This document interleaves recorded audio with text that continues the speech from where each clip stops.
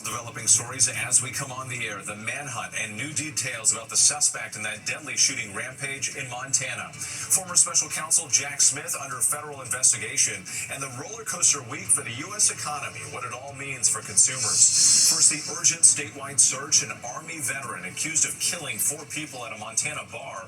Multiple law enforcement agencies searching by air and on the ground.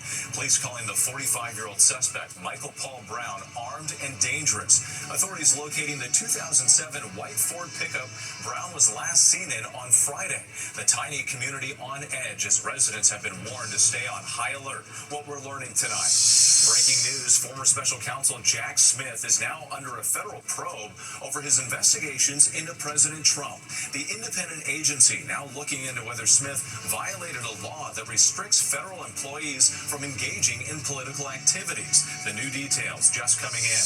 Also tonight, a wild week for the economy. Some major companies now planning to increase prices to offset tariff costs. What it could mean for back-to-school shoppers. This amid new signs of a weakening jobs market. Air quality alerts. The hazardous haze smothering parts of the Midwest, drifting down from Canadian wildfires, and the flash flooding risks in the southeast. Our weather team tracking it all. Ramped up security on the streets of Cincinnati after a video of a violent brawl sparks outrage. The new arrests and new images showing the moments before and after the chaos. Pope Leo thrilling hundreds of thousands of young people, what some are calling the Catholic Woodstock Festival in Rome. It's the American Pontiff's first major encounter with the next generation of Catholics. The Field of Dreams at an iconic racetrack, MLB's Speedway Classic makes history. The Pro Football Hall of Fame welcomes a new class. And the DNA surprise, the rescue dog, and the biological twist one family never could have imagined. From ABC News World Headquarters in New York, this is World News Tonight. Good evening. Thanks for joining us on this Saturday. I'm Whit Johnson. Several developing stories as we come on tonight. Former special counsel Jack Smith under federal investigation, and the wild week for the U.S. economy, its potential impact on back-to-school shopping. But we begin with breaking news. The urgent manhunt for an Army veteran accused of killing 4 people at a Montana bar. Multiple law enforcement agencies are scouring the mountainous area near Anaconda by ground and air. Residents warned to stay inside and lock their doors. The community on edge.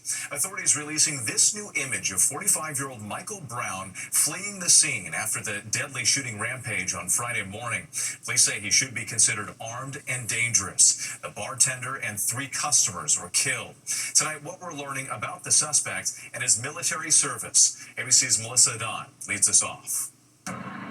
Tonight, the manhunt in Montana. A town is on edge as law enforcement search for the suspect accused of shooting and killing 4 people. Authorities releasing this image showing the suspect, 45-year-old Michael Brown, fleeing the scene of the shooting. Multiple local, state, and federal agencies are on the hunt. Residents in Anaconda, a town of about 10,000, are being asked to stay vigilant, warning people to stay inside and lock their doors. The suspect allegedly lives next to the Owl Bar where the shooting occurred. Tonight, authorities also say Brown was an Iraq War veteran, joining the Army in 2001 and deploying to Iraq between 2004 and 2005 for just under a year. He later joined the Montana National Guard for almost 3 years until 2009. He's believed to be armed and extremely dangerous. Residents in the area have been notified and encouraged to stay inside their homes on high alert. Authorities say the shooting began at 10:30 Friday morning. Have visual of someone on Ash Street. The sheriff's department says the bartender and 3 customers were killed in the shootings. The search tonight focusing on nearby Stumptown Road, roughly 6 miles from the scene of the crime. These helicopters seen circling Anaconda's Garrity Mountain yesterday evening. A Ford F-150 believed to belong to the suspect was also found abandoned. We're doing everything we can to find and bring this perpetrator to justice. With the FBI, ATF, and U.S. Marshals are assisting. This as the SWAT team cleared the suspect's home last night. And police are asking anyone who encounters Brown to call them as the people of Anaconda are trying to get their lives back to normal. Melissa Don for us, thank you.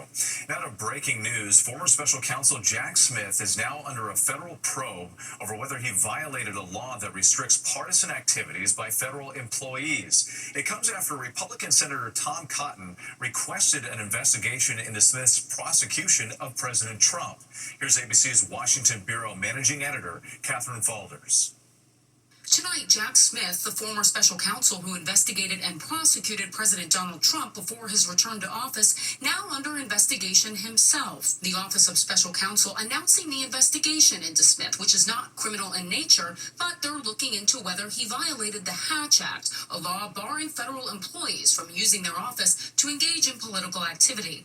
The agency investigating Smith is typically tasked with fielding whistleblower complaints, and it's unheard of for it to probe the actions of DOJ prosecutors. The announcement follows a referral from Republican Senator Tom Cotton, who 3 days ago encouraged a probe of Smith over his actions after charging then-candidate Trump with unlawfully possessing classified documents and for his efforts to overturn the 2020 election.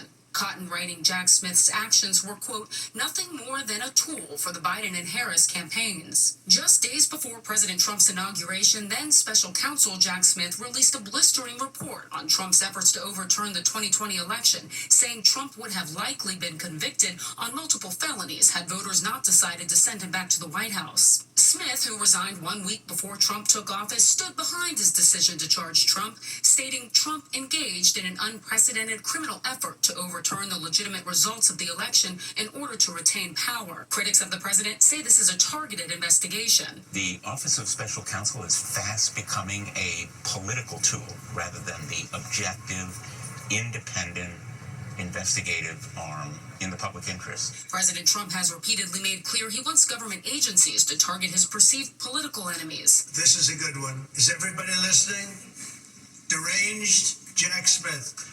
We're going to call it the Deranged Jack Smith signing or bill. Earlier this year, Smith was the subject of a DOJ review, and so far, officials have provided no evidence of any criminal wrongdoing. We've reached out to representatives for Jack Smith who have so far not responded, but it's important to point out this investigation is not criminal in nature. Unlike when Jack Smith was a prosecutor, the agency conducting this investigation won't have the ability to compel testimony or cooperation from Smith or any former government employees. Catherine Falders, thank you. Next tonight, the new price hikes amid the trade war. Some major companies now planning to increase prices to offset tariff costs. What it could mean for back-to-school shoppers and new signs of a weakening jobs market. Here's ABC's senior White House correspondent, Selena Wang. Tonight, President Trump's escalating trade war rattling American businesses and consumers as back-to-school shopping kicks into high gear. More Minecraft pencils? Kristen Silberman, a teacher in North Carolina, says she's feeling the pinch. I'm definitely seeing an increase in the prices. The tariffs are definitely a little scary, so I'm trying to get everything ahead of time. And she's not alone. This comes days after the president announced sweeping new tariffs, raising import taxes on nearly 70 countries starting next week on August 7th. Every country will face tariffs of at least 10%, some as high as 40%. Mexico is getting a 90-day grace period, but will still face 25% tariffs. Talks with China continue as current tariffs remain at 30%. American companies are already paying the price. Ford estimates tariffs will cost them $2 billion this year. Procter & Gamble, which makes everything from toothpaste to detergent, says it's raising prices on 25% of its products. Your average American household is going to spend thousands of dollars more between now and the end of the year to pay for Trump's tariffs. This as new data shows a weakening economy. The president furious over the latest jobs report coming in far below expectations. The president suddenly firing the head of the Bureau of Labor Statistics, who's in charge of releasing the new jobs numbers. I fired her. And you know what? I did the right thing. Trump claiming, without evidence, that the jobs data was, quote, rigged to make him look bad. The Bureau, a nonpartisan agency, also revised its previous numbers, lowering job creation in May and June by more than 250,000 jobs, something routinely done as more data becomes available. The former commissioner, appointed by Trump in his first term, says Trump's claims are baseless. It's impossible for the commissioner to do that. The commissioner does not even see the numbers until the numbers are completely done and they're loaded and ready to be distributed. And when I was talking to some senators on Capitol Hill, they will soon be heading back home, where many of them will face tough questions from their own constituents about the impact of President Trump's tariffs. Whit. Selena Wang, thanks so much. We appreciate it. And tune into This Week tomorrow morning. George Stephanopoulos speaks with former Treasury Secretary Larry Summers to discuss President Trump's new tariff threats and the impact on the U.S. economy. Now to the raging Canadian wildfires fueling air quality concerns here in the U.S. The Chicago skyline here hardly visible on Thursday, but conditions have since improved. Meanwhile, the heat and dry air are fueling Southern California's Gifford fire, the flames scorching more than 23,000 acres. Let's get right to meteorologist Danny Beckstrom from our New York station WABC. And Danny, when will this smoke clear out? Well, a smoky haze is starting to thin out in the Midwest, but the air quality concerns continue tonight across several states, including cities like Minneapolis and Chicago. A shift in the wind now pushing that smoke from upstate New York into northern New England Sunday, with new air quality alerts issued there for sensitive groups. To the south now, a new round of storms bringing an elevated risk for flash flooding, with rainfall rates of 1 to 2 inches per hour from southern Alabama to the Georgia coast. While in the west, thunderstorms bring the threat for lightning, but not much rain, triggering red flag warnings in Oregon and Idaho, with dry and windy conditions contributing to critical fire danger in Utah and Colorado. But even where there aren't active alerts, hot, dry, windy weather across the region is going to keep conditions primed for fire spread into the work week. Whit? All right, we'll stay on top of it. Danny Beckstrom, thanks so much. Now to the increased security in Cincinnati after a violent brawl sparked national outrage. The new video coming in tonight that shows the moments before and after the chaos, and we want to warn you, the images are disturbing. Here's ABC's Morgan Norwood. Increased patrols and armed units on the streets of Cincinnati tonight, days after this now viral chaotic brawl sparked national outrage. We have to make the city safer right now. Cincinnati Mayor Aftab Purival says he's working with the Ohio governor to deploy additional resources, including SWAT, to urgently fix what he says is a false perception of a violent and dangerous city. His comments come after this bloody melee unfolding on the streets of downtown Cincinnati last Saturday. And while it's unclear who or what started this brawl, new video now being investigated by police showed the moments just before and after things got ugly. From this angle, a man seen on the ground who can be heard shouting a racial slur. What we all witnessed in the viral video released early Saturday morning was not only disturbing, it was outright cruel.